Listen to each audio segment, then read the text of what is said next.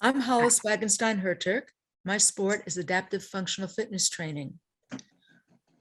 I've always been an exerciser at different stages of my life, but it's meant different things at different stages of my life. I'll give you an example. When I was a youth, I was always the last person, dead last to be picked for any team sports. I was kind of socially radioactive, but I loved riding my bike. And my mother would dispatch me on my 3-speed Schwinn to go to the supermarket to pick up her groceries because she knew that I really enjoyed doing that. My specialty was going through the string beans and picking the best string beans for whatever it's worth.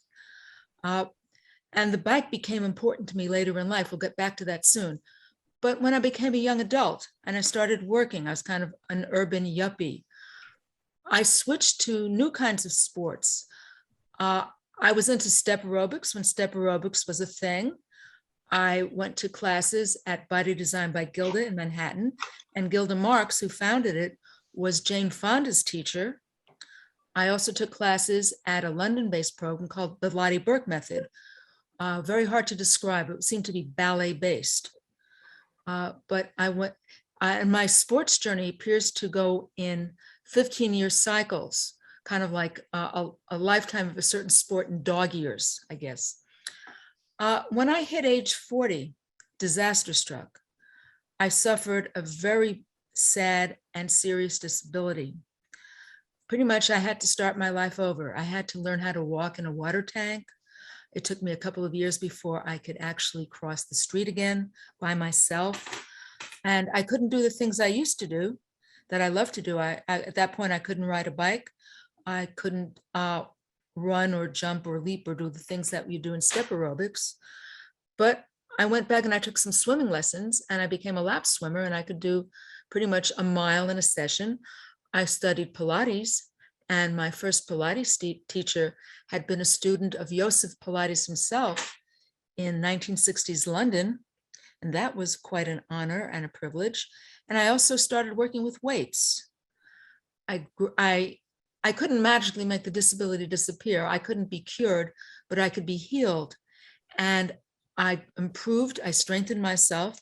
I was actually able to get well enough to go on a couple of bike tours of France and Hawaii and Vermont.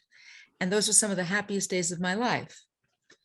But now I'm a senior, I'm 70, and I've had an additional focus shift.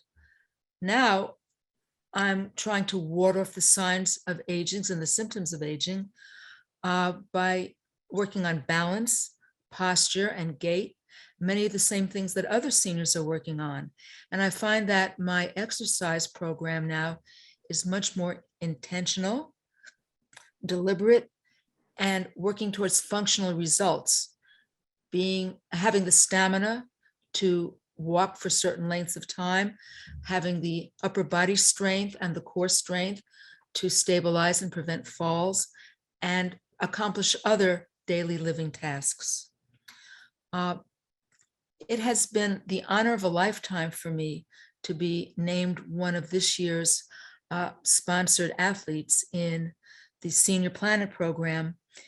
And it occurs to me, I know we've probably heard this before, but we're taught to think of our lives as 3 related but separate areas: 1/3 learning, 1/3 earning, and 1/3 serving. And at this stage of my life, I'm clearly devoted to serving, and I feel honored and privileged to be able to serve my community of boomer peers by advocating for functional fitness training, because I've seen the difference it made in my life. I've seen how much it's helped my peers and how much I admire my contemporaries who are successful in maintaining their physical skills. In my opinion, they're as capable in athletic skills and performance as people half their age. And without further ado, I would like to introduce you to 2 of the people who've been very helpful to me in my own fitness journey. We'll start with Dr. Edward Jakowski. Edward was a star NFL football player who transformed into a thought leader in exercise technology and physiology and devoted his life to helping people make proper fitness a part of their daily lives. He's the author of 7 books.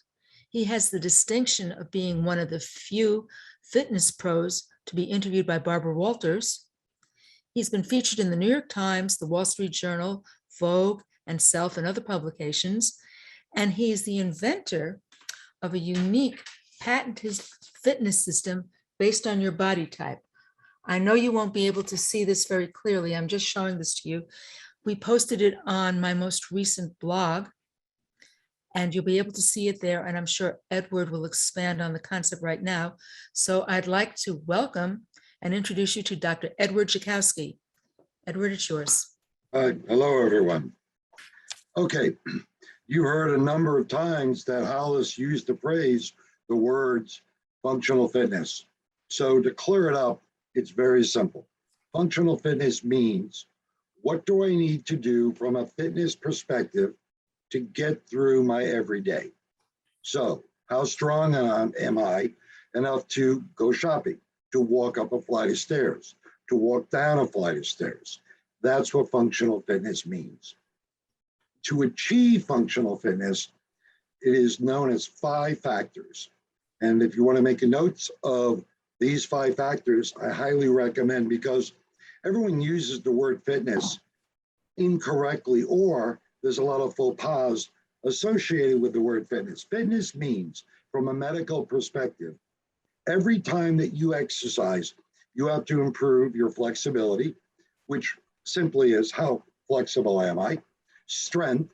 Strength means how much can you lift a heavy object one time? Endurance. Endurance means how can I lift a lighter weight many, many times? And what is called cardiovascular fitness, and that is your heart health. So what we want to do today is show you how to improve in all these areas without harming yourself or exacerbating a certain condition that you may be suffering from. So for instance, those people with a bad back or a bad knee, the doctor will say, well, you need to walk, get some weight off of you, increase your heart rate. And the reality is that every time you walk, you are exacerbating maybe a hip issue, a knee issue. So what you want to do is perhaps look into what is called a recumbent stationary bike. As we're all sitting down right now, think of yourself as sitting down, putting your legs up, and then easily moving your knees without resistance so that the stress goes to the quad, which is located on the top of your leg muscle, and takes all the stress off your back because your back is supported. And now you're able to get your heart rate up. The other thing that we want to get into today is the difference between activity and fitness. Activity means, how active are you during the day? What time you get up? What do you do? Fitness is the ability for your body to do what you want it to do. And a lot of times people are trying to get fit by becoming more active. The reality is that we can only become more active by becoming more fit. So people confuse that. So when you take a walk around the block, or you do a couple of, let's say, a couple little stretches during the day, that's not fitness. It can be part of your fitness program, but it's incomplete. So we're not saying don't do it, but if you're going to do that, you might as well get the A in gym class. And we want to teach you, what does that A in gym class mean? So if you have bad hamstring flexibility, hamstrings are located behind the quadricep, which is the front of the thigh. Usually people with bad backs suffer from tight hamstring flexibility. As we become older and we want to become more active, the 3 things you want to focus on is flexibility, strength throughout your body, and balance. Balance and strength are married together.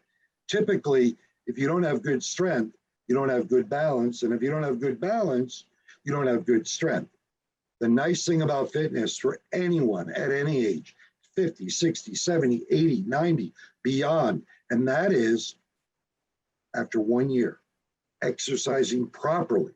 What I mean by properly are those 5 components of fitness that we mentioned. allows your body to act as if it's been working out its whole entire life. That's the power of pure fitness.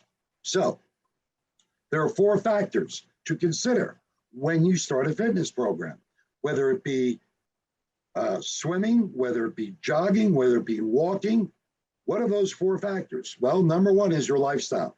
Your lifestyle dictates when and where you're going to be working out. In other words, if you don't have a gym in your home and you don't want to go to a gym, that your lifestyle dictates that you then will be working out at home.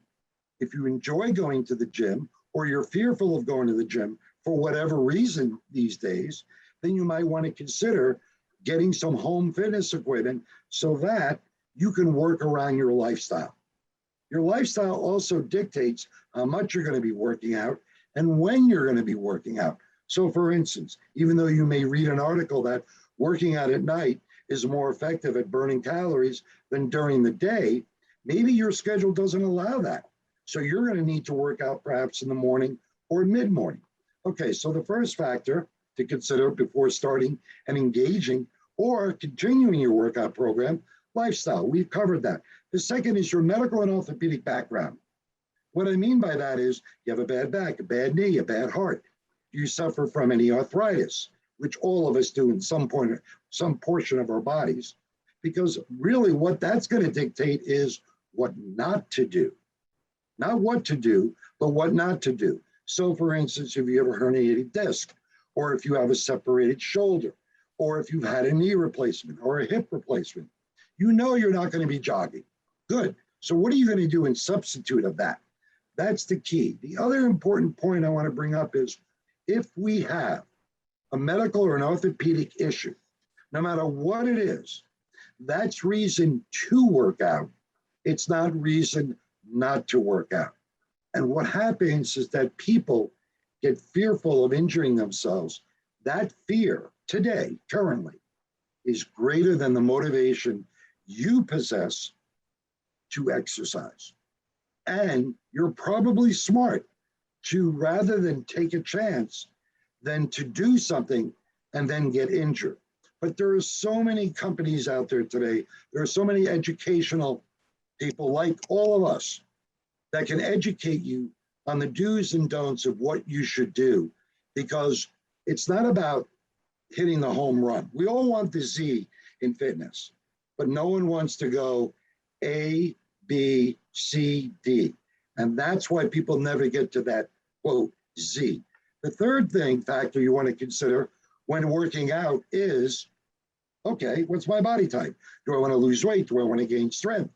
Do I want to improve my flexibility?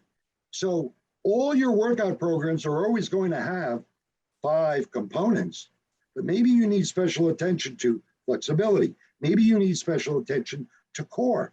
Maybe you need special attention to range of motion. And the last factor, of course, is your current level of fitness. Your current level of fitness is going to dictate the intensity at which you're going to start out, or the intensity at which you're going to improve and increase. The other thing that I want to get understood is taking an exercise class, or swimming a lap, or walking around the block. Those are all components of a fitness program, but by themselves, no exercise by itself is medically known as fitness. And that's important.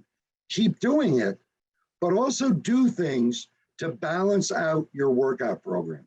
We all have a tendency when we work out to do the things we like to do, not necessarily the things we need to do. And that's human nature. So yes, something, quote, is better than nothing, but why work out and get a C when you can work out and get an A? And that's what we're trying to do, is re-educate people that, hey, move, but there's so much more that you can be doing. Hollis, you want to ask some people if they would like to have some questions at this point? You do have one question that came up. So Jane is asking if you can state the 4 factors again. Sure. Your lifestyle, which dictates when and where you're going to work out. Your medical and orthopedic background is the second factor, which dictates what not to do because maybe you have a medical or a certain orthopedic condition. The third factor is your goals and your body type, which will dictate what type of exercise one should do. If it's weight loss related, you should be doing more aerobic exercise, of course. And the fourth factor is your current level of fitness. That's going to dictate the intensity factor. How hard are you going to work? And what things to do to get your heart rate up. Awesome. Thank you. Edward, before we move on to the exercise part, I would like to ask you a question. Like many seniors, I suffer from osteoporosis and other bone-related problems, a touch of scoliosis. And because, like many seniors, I spend so much time interacting with my computer, what they would call kyphosis, which means the curvature, the bending of the spine, hunching over, and that is aggravated by using a cane and a walker. So for a whole bunch of reasons, since I cannot do the weight-bearing exercise I used to do in aerobics class, how can people who have these kind of problems get enough cardio and weight-bearing exercise to both strengthen their heart and also keep their bones strong? Well, there are a number of things that you could do sitting in a chair, or if you're in a wheelchair. There are things that you could do when you're standing up and holding on to an object. So the best exercise that I could actually give people to do is to stand up against a wall or a table to make sure you have good balance, and be up on your toes and bring your right knee up as high as it can go and bring it down, and then the left one, and then bring it down. People, you also have to understand, you still receive benefit for your bones when you're doing cardio. So whether it be an elliptical, whether it be a recumbent bike, one that supports your back, whether you're doing an upright bike, whether you're walking, you're still receiving some sort of benefit to those bones. The other is, of course, weights. You know, people think that you need to lift a lot of weights. It's not about how much weight you're lifting. It's about taking a lighter weight and doing many repetitions, because that's called endurance. And endurance is going to tone your muscles and also strengthen your bones. Great. We do have a few questions that came into the chat. So thank you for that response, Edward. What exercise, so I'm going to combine two of them. What exercise would be good for the knees? And then what exercises would be good for your hamstrings? Good. It's a good question. Well, the first for your hamstrings is when you stretch. This is critical. Most people stretch either at the beginning or at the end, and it's wrong. You stretch after you warm up your body. There are 4 phases to a workout: warm up, stretch, workload, cool down. So you ever watch the track in the Olympics? What do the sprinters do? They jog around the track, they loosen and warm their muscles up, then they stretch, then they get ready for their sprint, and then they cool down. So those 4 phases of a workout are just as critical as the workout itself. So for your hamstrings, you could do what is called a leg curl. And if you don't have access to a leg curl machine, you can lie on your tummy, and all you got to do is put an ankle weight on and curl your leg back towards your buttocks. That's a great exercise for your hamstrings. For your legs, you want to do ab exercises on the mat, where that's considered abs, hips, and thighs, and to do a series of exercise movements throughout the mat. And, you know, Hollis will tell you, you know, through our books, which are very, very reasonable out there as far as books go today, all these exercises and the stretches and everything that I'm talking to you about, especially the Escape Your Shape book, will be very helpful to anyone. I would like to thank you, Edward, for having been such a supportive part of my own exercise journey. I've learned a lot from you, benefited from both the training and the thought input that you provided. And I know we're going to have some more questions, but because people seem to be clamoring for some activity, if you don't mind, right now, I'm going to introduce Robin, who is my favorite personal trainer. I've been taking her classes for about 5 years, both in-person classes and online classes. And I mean, I'm like a glutton at at a Las Vegas buffet. I never met an exercise class I didn't like. Plenty that didn't like me, but I like them all. And what sets Robin's class apart is, number one, she's a fellow boomer. not only can you admire her as an athlete, but you can relate to her as a peer. She's one of us. And I know that for a lot of boomers, you have second thoughts when you see somebody 1/3 your age, doing all these acrobatic things, and it may be discouraging, but Robin is one of us. And I find her classes to excel because they are comprehensive. They engage muscles you didn't know you had. They're scalable. You can modify them to suit your level of fitness. And I do that all the time. You'll see me using my support bars when other people are working on balance alone. I use support bars to take balance out of the equation so that I don't miss my chance to improve my form and strengthen my muscles. And finally, I would credit them with being somewhat contemplative. Many trainers feel they have to talk nonstop. You feel like they're competing with, who is it? The Wall of Sound. Ronnie and the Ronettes from the 60s, and there was sound coming at you every moment, every second of every exercise. But Robin gives you great feedback. She has a way of listening visually, even in a group class, observing what you're doing and give you meaningful feedback, but you still have enough space to have your own thoughts and focus on your own exercise journey while the class is going on. So I hope I said this the right way, Robin. I'd like to give you a few minutes to step us through, I call it Robin's greatest hits from her balance, chair yoga, and exercise with light weights classes. I know Edward is going to stick around, and at the end we'll have room for more questions, but this might be a good time to work that body. Okay, I'm ready to begin. I invite you to stand, or if you prefer to sit, you may sit. I'm going to add some music and we're going to start moving to warm up. Okay, so I'm going to start standing. And we're just going to warm up here, swinging arms up and down, bending your knees, getting the blood flowing, circulation, inhaling up and exhaling down. Just going to tilt this a little bit more. Okay. Swing up and down.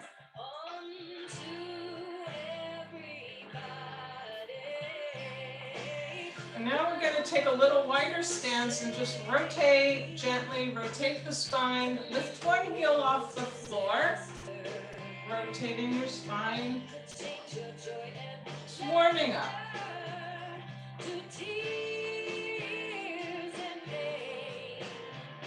And now reach up and just lengthen your spine. Reach long, stretch up towards the ceiling.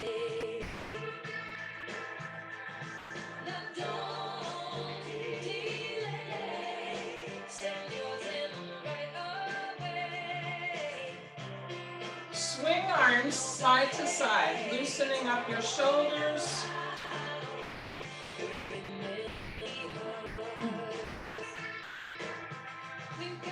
And now right arm, figure 8, rotating shoulder in and out.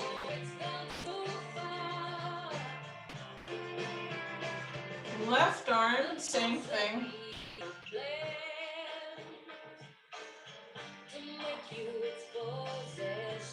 Now we'll do both arms.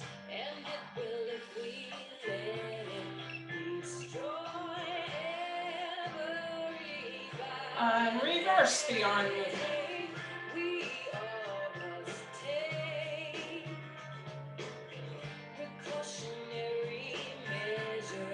Okay, now bringing your feet closer, right under you, pedal your feet, rolling through your feet. So just pedal and pedal. One heel up and then the other.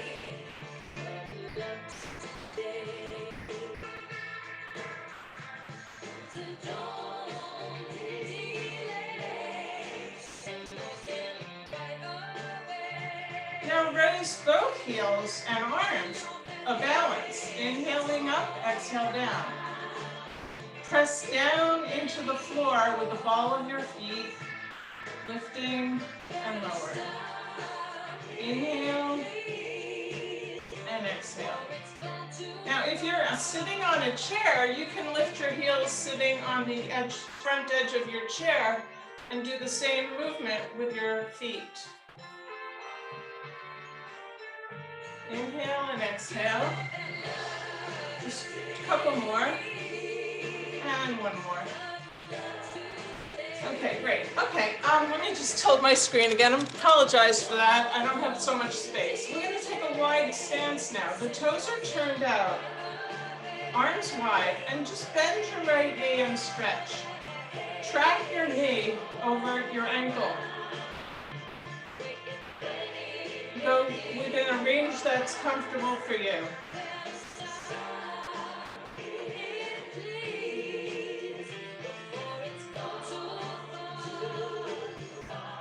I'm abbreviating my movements a little bit, shortening the number of reps I do so I can fit more movement in, more variation. Now we're going to switch the knee. Just want to give each side, though, the equal opportunity. Balancing right and left sides.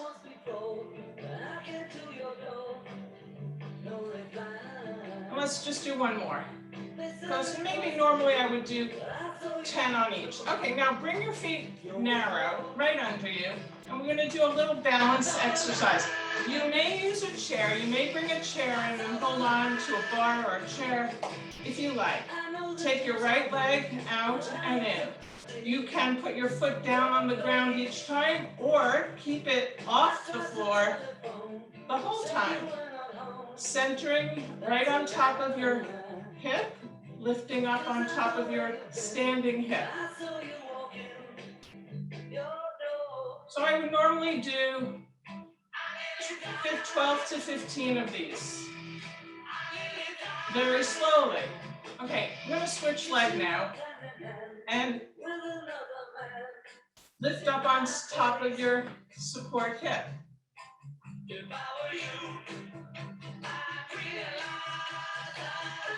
Your feet are parallel, toes are facing forward.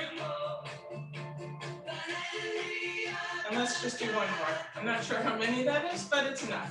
Okay, bring your heels together now. First position, toes apart.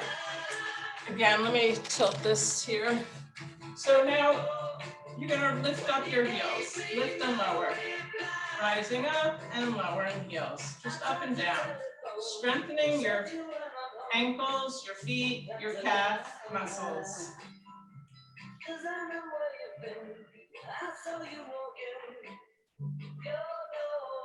And again, this can be done sitting on a chair as well.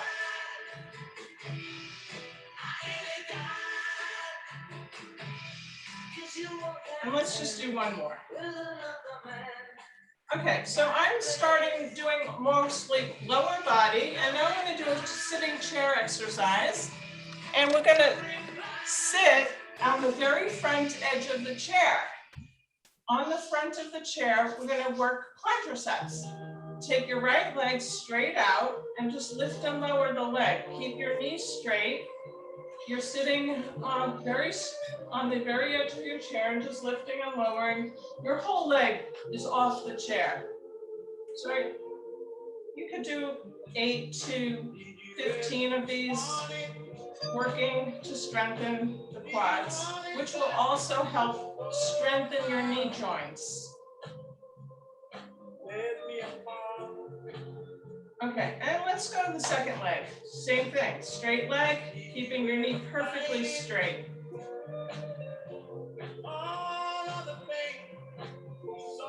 Paying attention also to your alignment, your postural alignment.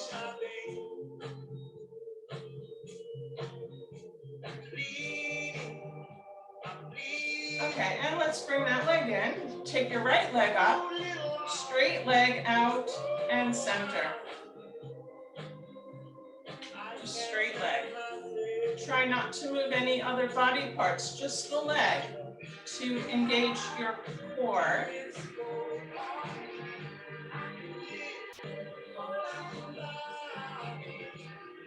just gonna do maybe about 8 reps. I normally do a lot more. Okay, switch leg. Take the leg out and in. Straight leg. Paying attention to how this movement feels in your hip, in your quadriceps.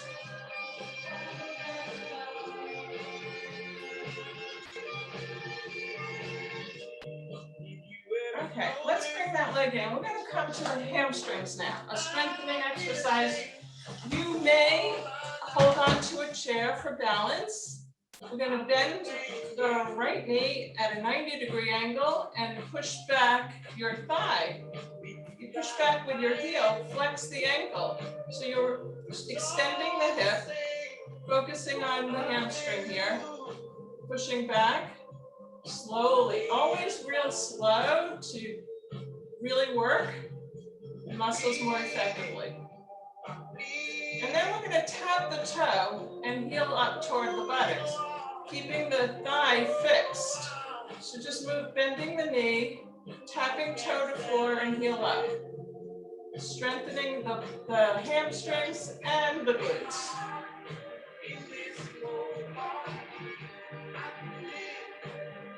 And we don't want to move this thigh, keep it fixed. Okay, and let's go to the other leg now, just switch, and again, you may hold on to chair. Flex the knee, push back with your heel, keeping your knee at a right angle.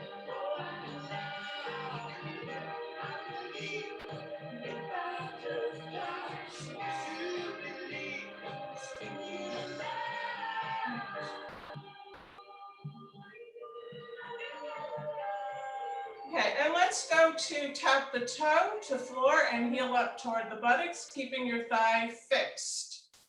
Toe, heel, toe, heel. Feeling the hamstring muscles for strengthening.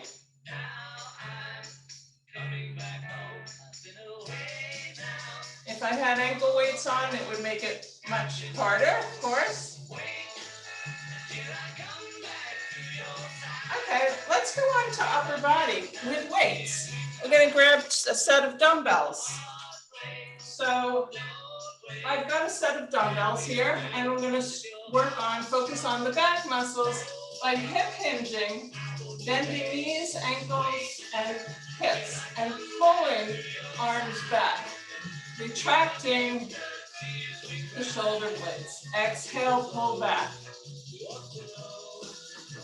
Pulling. So normally I would, in an exercise session, I would do about 12 of these, but we're going to do a little less so we can cover other exercises. Okay, and that's for the back muscles. Now for chest, maybe you need a lighter weight, you may need different sets of weights. Knees are a little bent. I'm going to exhale, arms, elbows coming in.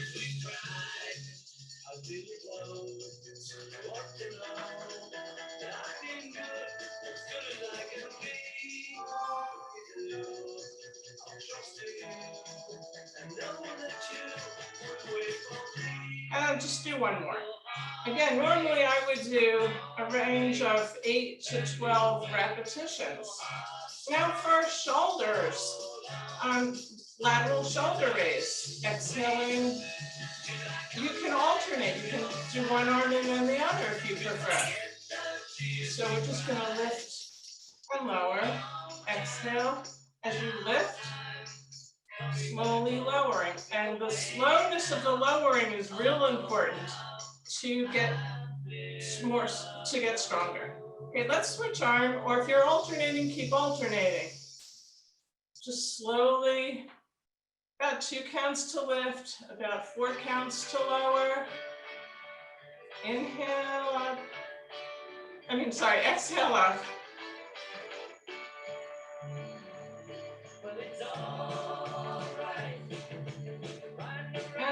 Let's do one more here.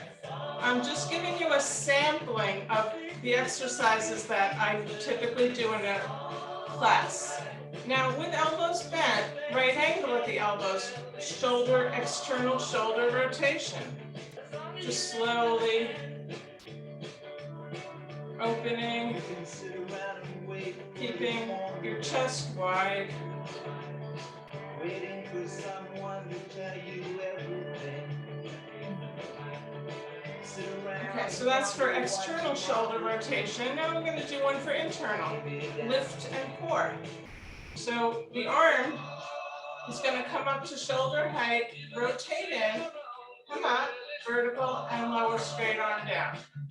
Lift and core, up and slowly coming down. Straight arm, turning shoulder in, up and lower. And we'll do just a couple more. It's important to lower the weight slowly so that you resist gravity and you work your muscles. On the back of the shoulders, there's many variations that we could do. I'm going to do this one. Bent knees, straight arms, reaching back. Just reaching behind you, straight arms. Targeting the back of your shoulders.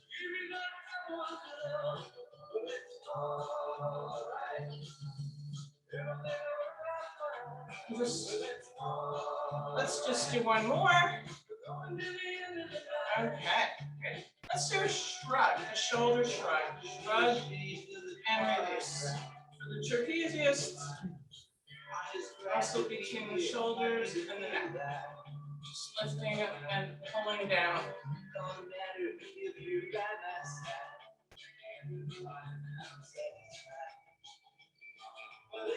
Okay, and then of course there's the biceps, the bicep curls. I generally do the whole body, cover the whole body, every muscle group. Sometimes compound exercises, sometimes isolating, as we're doing right now.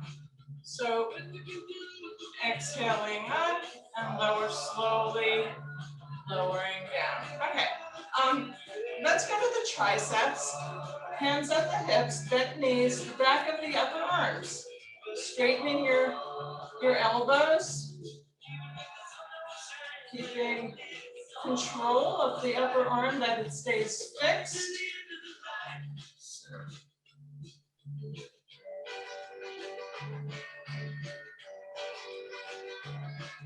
And let's just do one more. Okay. Now, I'm going to put these down. I'm going to actually grab a heavy weight. I've got, which for me here is my heavy weight. I'm going to go back to doing a lower body exercise because I meant to do it earlier and I forgot. So we're going to do the goblet squat, holding a weight at your chest, holding under the weight. Take a wide back, shoulder width stance, maybe toes slightly turned out. You can vary the stance. Just squatting, hips back, a hip hinge. This is a hip hinge. Pushing back. This is a very economical movement because we are targeting a lot of muscle groups in this one movement. You're targeting your quads, your hamstrings, your glutes. You're also holding this weight, you're adding load, resistance to the movement. Exhale, down, coming up. Keeping your head and chest lifted, so you're just keeping your spine long and just hip hinging, pushing back your hips and straightening. And let's try one more. Okay, great. Okay, you can put this down. And now a little bit of abdominals. You can do this sitting on a chair or standing. Sitting, if you're sitting on a chair on the edge of it, hands on your shoulders. We're going to go crisscrossing and crisscrossing. So you're flexing and rotating. Exhale, inhale. Exhale, inhale. Exhale, inhale. Exhale, inhale. And this is also a balance. And let's just do one more. Okay, great. Okay. Do I have any more time to do any more exercise? Robin, why don't you take us through the final stretches? Give us a sampler of the stretches, and then we'll have a chance to speak to both Edward and to you with questions. Perfect. Okay. Yeah, and Robin, you can go ahead and leave the music off as you're doing those stretches. Leave it off? Okay. Yeah. Okay, sure. Okay. Okay, so once let's go with this shoulder stretch. Relax your shoulder, holding under the upper arm. Just roll your forearm, palm up and palm down. Just to do a little shoulder stretch. And then let's take the elbow toward the ceiling. Take a breath.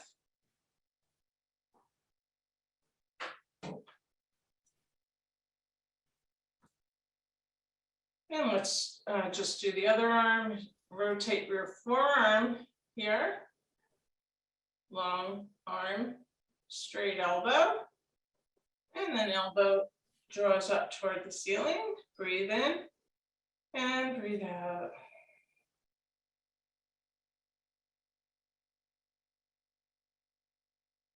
And bring your arms lower down. Let's do a calf stretch, stepping one leg back into a lunge. Feet are parallel. Clasp your hands to stretch also your chest. This also may be done on a chair where you're basically, well, actually you would extend one leg forward and flex the foot, hip hinge forward with the leg straight, or you can do this standing stretch. And then hip hinge back, flexing your front ankle. Again, I need to switch here. So you can place hands on your thighs, long spine. This is a hip hinge back here, flexing the front ankle. Breathe, long spine. And then the same, take the other leg straight back into a standing lunge, pressing both feet into the floor. So let's stretch the chest out again, opening your chest wide. Fingers lightly touch the back of your ears. Breathe in, breathe out. Arms come down and then hip hinge, flexing hips back again with your front ankle in flexion. I know you can't see my feet. Sorry about that. Okay, here we go. Breathe. And then come back up. Okay. Robin, thank you for giving us that sampler of the lightweight classes that I've been enjoying for the past 5 years. And I have a sense that there's a greater need and demand for more support in the area of functional fitness for seniors. One of my life goals, one of my kick the bucket list goals, is to have a functional fitness club or fellowship of sorts where we can get together and drill deeper into the ideas, both the concepts and the practice of functional fitness. So I hope that we can count on you, Robin, and you, Edward, to be there for encore presentations and to become a part of our Senior Planet community. Thank you both. Yeah. Now I'll thank turn you. the microphone over to Fiona, Yes, who will thank you for field your questions. having us today. Yeah, Sorry? thank you to Thank all you of for you for having us. Yeah, this has been great. Thank you all for being here today and for, hearing Edward. Thank you for sharing that great information. And then Robin for the movements, and absolutely Hollis for sharing your story and for bringing two of your favorite people to share with us today. There are a few questions in the chat. We have that We just- metabolism question. We have, I actually wanted to start with one question about the bars that you're using. So Tonya mentioned that on the webpage that promotes this, that's promoting this session, I think she saw your bars that you have in your living room right now. Can you talk a little bit about those bars? Yeah. Yes, they're sold by different vendors under different names. Let me lift it. So you can see the feet. and they can be set at different heights depending on your needs and your body shape. I ordered these from Titan Fitness. I know that Liebert Fitness offers them. You can also get them on Amazon. They call them different things, but I use them for support. Because my balance isn't good, I have to make a choice. I can either focus on the balance, or I can either support myself, so take the balance out of the equation and work on form and muscle movement and strength. I like to work on both because they think they're both essential, but excuse me, Edward made a very compelling point that if you don't have balance, you can't have strength. So one of the reasons I am attracted to functional fitness and to classes like Robin's is that they're so comprehensive. You can hit all the bases within the same class and with different classes over a period of time, which is why I'm advancing the concept of a kind of functional fitness club. Individual classes are great, but I'd like to see an environment in which there's a continuity of people working over time to improve their functional fitness and by extension, their lifestyles. Nice, thank you. So I wanted to get to the question that Edward mentioned about increasing metabolism. How can older people do that? Okay, so first of all, your age has nothing to do with it, which is a good thing. As we age, we lose flexibility, strength, balance, of course. We also lose a little cardiovascular endurance, but we don't lose that much as we think. We lose more when we don't do anything, then it's exponential. But if you're keeping up and you're doing your cardio and you're doing your strength training and flexibility, I'm just as flexible today as I was in my teen years. I'm not as strong, but the difference isn't that much, and I don't need to be that strong. But the point is that at any age, you can increase all aspects of fitness, which is a great motivator when it comes to your metabolism, known as our basal metabolic rate. And this is important, guys. I'm going to make an important point here, and girls, of course. And that is, lifting weights does not burn more calories. That's a fallacy. Based on that theory, anyone who doesn't lift weights would be fat. Ergo, are marathon runners fat? No. Are ballet dancers who don't lift any weights fat? No. It's the intensity at which we exercise, everyone, that burns more calories, which in return raises our metabolism. So if you're just exercising, but you're not exercising hard, you do not raise your metabolism. That's the fallacy. So intensity, we talked about the 4 factors to consider, remember, on what you consider when you're working out and your current level of fitness. What is intense for one person may be too intense for another. And what's too intense for one person may be not enough intensity.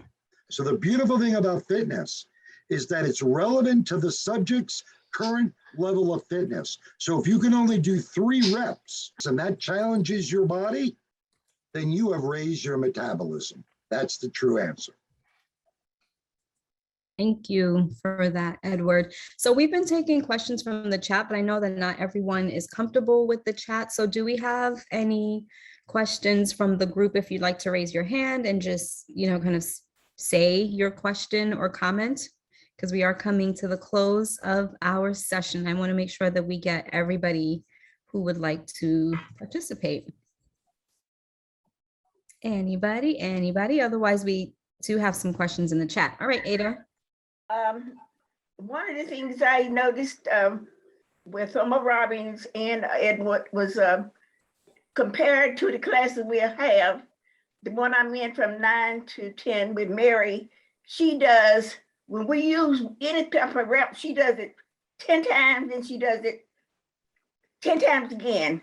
In classes, a Cass's class, we stretch only more 5 times. And one time we all agreed we only wanted 30 minutes, but now what he gives us, I believe we need it a little longer too. Maybe we need to see if everybody agree now that we can get it an hour, because 2/3 of what I saw all of them do today, I'm doing it right now, 2/3 of it.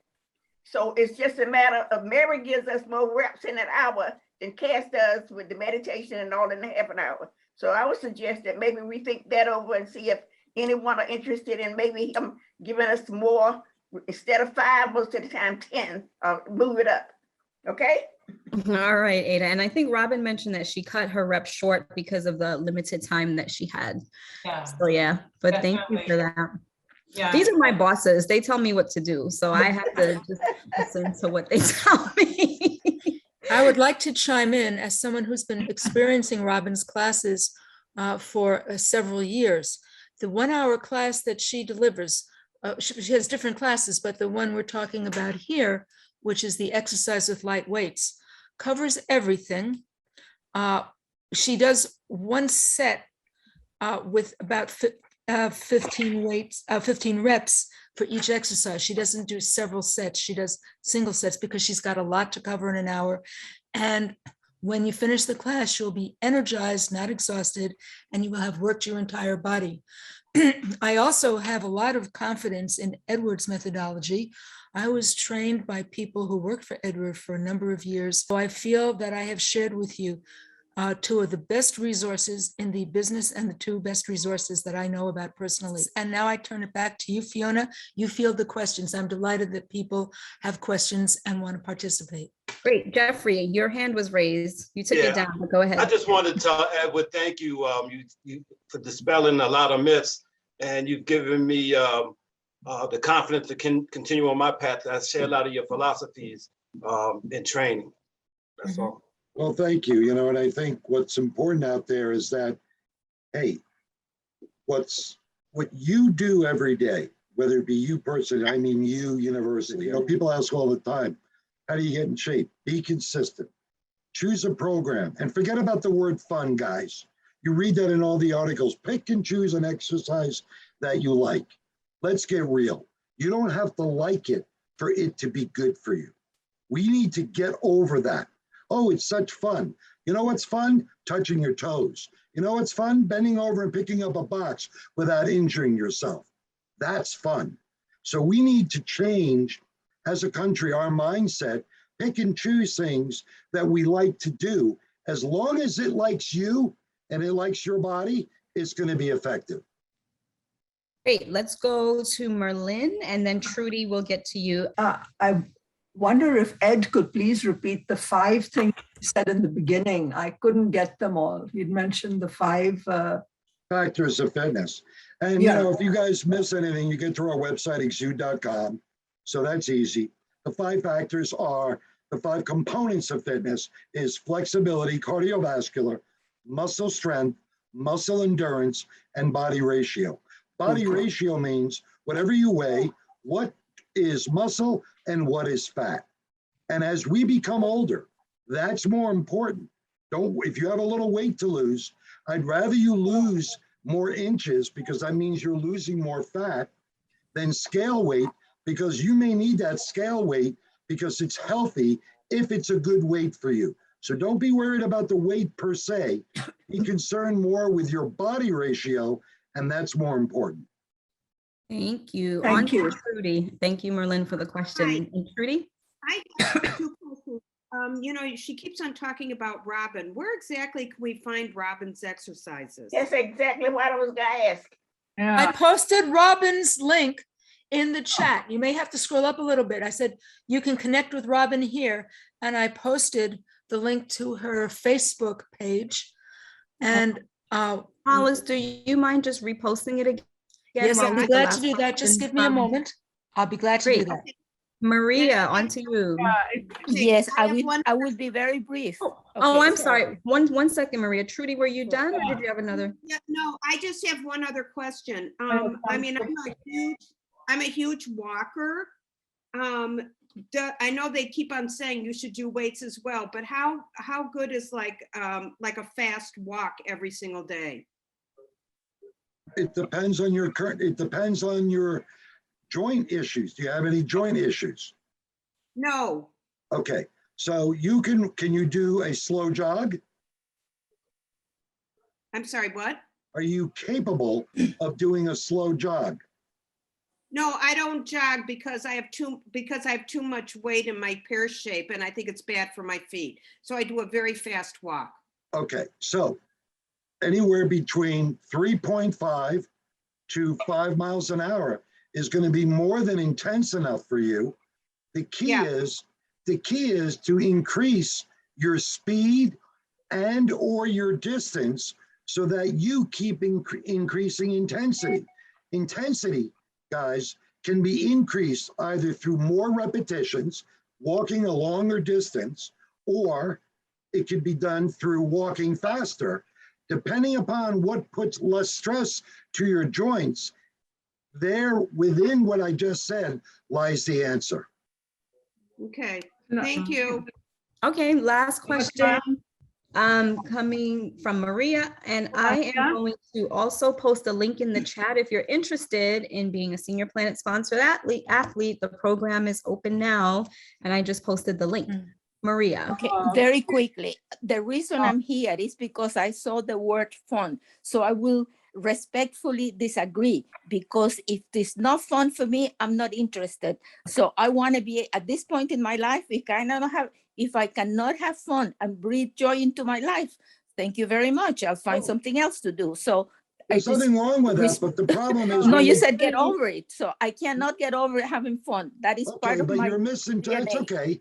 What I further mean is we sometimes won't do an exercise that we don't perceive as fun. Like a lot of guys won't stretch. They don't like it. Well, you may not like it, but the benefit that you need from stretching is the very reason you're working out. So I understand you thinking, no, I'm not missing out on that. It's just the idea that if I'm not having fun, I don't want it. I believe, like I said, have fun and breathe joy into your life. As long as you're enjoying what you're doing, that's wonderful. Yes, I do. And I thank you very much. And I respectfully disagree with getting over having fun. I never want to get over having fun. So thank you. Did you have fun today? Did you have fun with us now?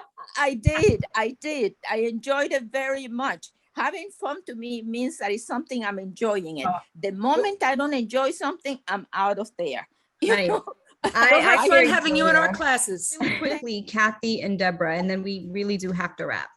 Yeah, if you have a lower back problem, what kind of exercise can you do? If you have what type of problem? Lower back. Lower back. Well, you want to strengthen your lower abdominal region. Okay. And you want it, do you have tight hamstrings? Yes, hamstrings. Yes, I have hamstrings. Right. So they're married. Tight hamstrings and low back issues are married. So you have to learn how to do a series of lower abdominal exercises that do not exacerbate that condition. And that can be easily done on the mat, providing that you have support under your back so that your back doesn't collapse and do that. So you want to keep your back straight. I can't perform the movement now, but you can learn all this in any of our books. And also, you can always reach out to Hollis and Fiona if you guys have questions. If we need, Robin or I need to get back to you, we will, of course. Great, thank you. Thank you very much. Deborah. Add to Maria's point, I think, and to also meld what Edward is saying, is I think Maria's talking what is very important for seniors, which is mindset. You have to keep your mindset positive. All the stuff I read about super agers, they have a very positive mindset. So you can bring that to exercise too. You know, if it hurts you, you probably shouldn't do it. But all the Senior Planet things are very social, very interactive, and you're learning too. So I think that improves my mindset.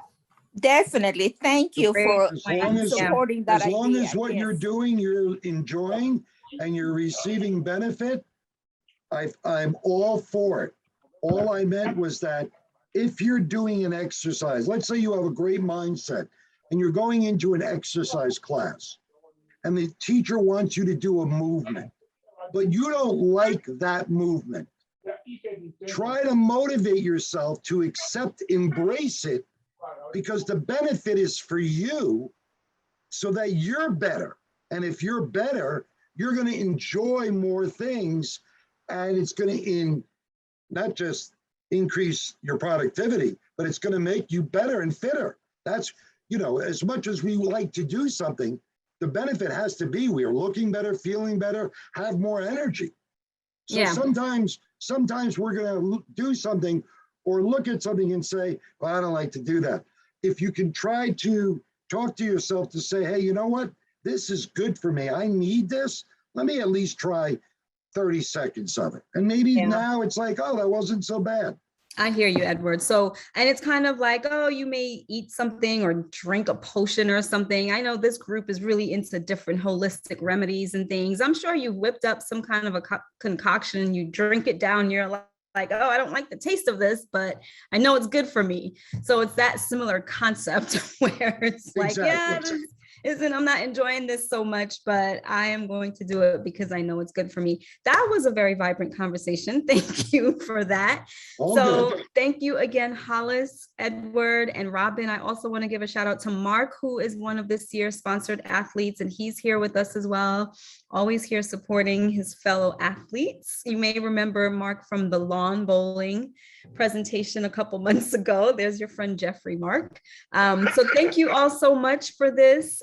We will continue this conversation because it's definitely sparked some ideas and questions and all kinds of things. So thank you all again. Appreciate Thank you, Jonas. Thank you. Thank you. Yeah. Thank you, Fiona. everyone. Thank you, everyone. Great. Rest of your day, everyone. That was wonderful. Thank you, guys. We just have to remember the 11th commandment. Thou shalt have fun and breathe joy into your life.